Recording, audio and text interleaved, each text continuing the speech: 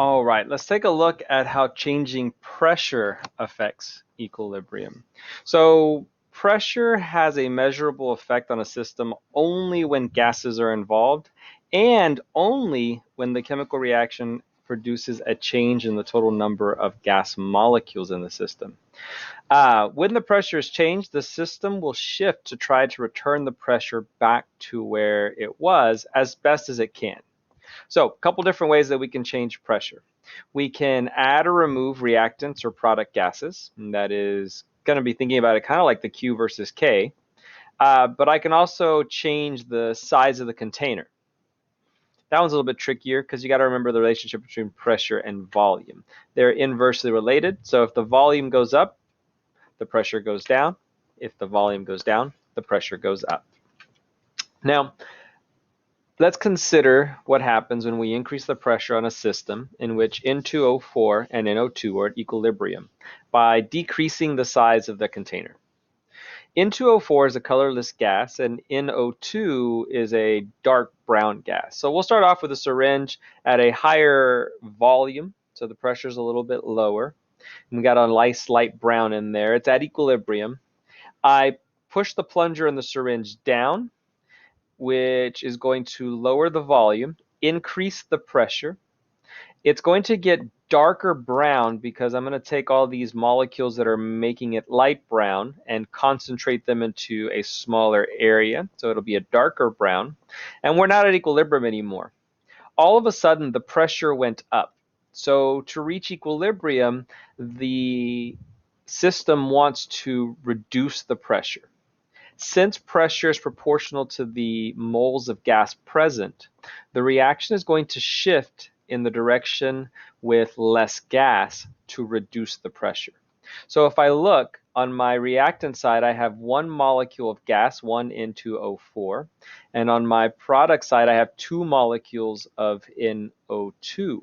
So if I shift towards the reactants, towards the N2O4, I will have less moles of gas, and that's what we're going to see happen. And so this darker brown will lighten back up and go into a lighter brown.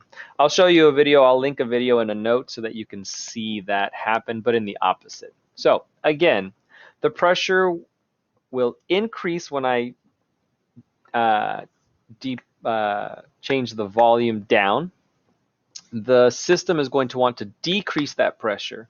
So it's going to go towards the side with less gas.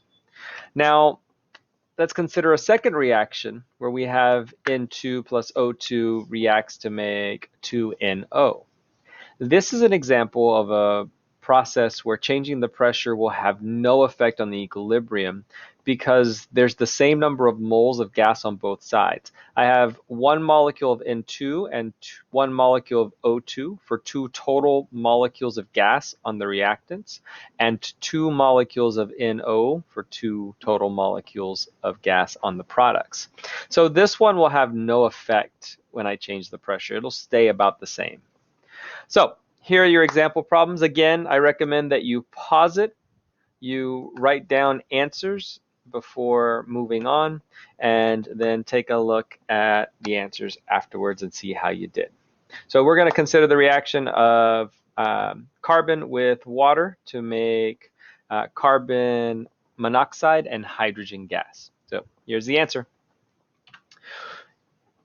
If I make the system volume smaller, I'm going to increase the pressure. If I increase the pressure, it's going to want to decrease the pressure in some way. So I have 1 mole of gas on the reactant side, 2 moles of gas on the product side. An increase in pressure is going to shift the reaction towards the side with less gas, and this is going to be the water side. So the water is going to go up, the other two are going to go down as they're going to react to make that water.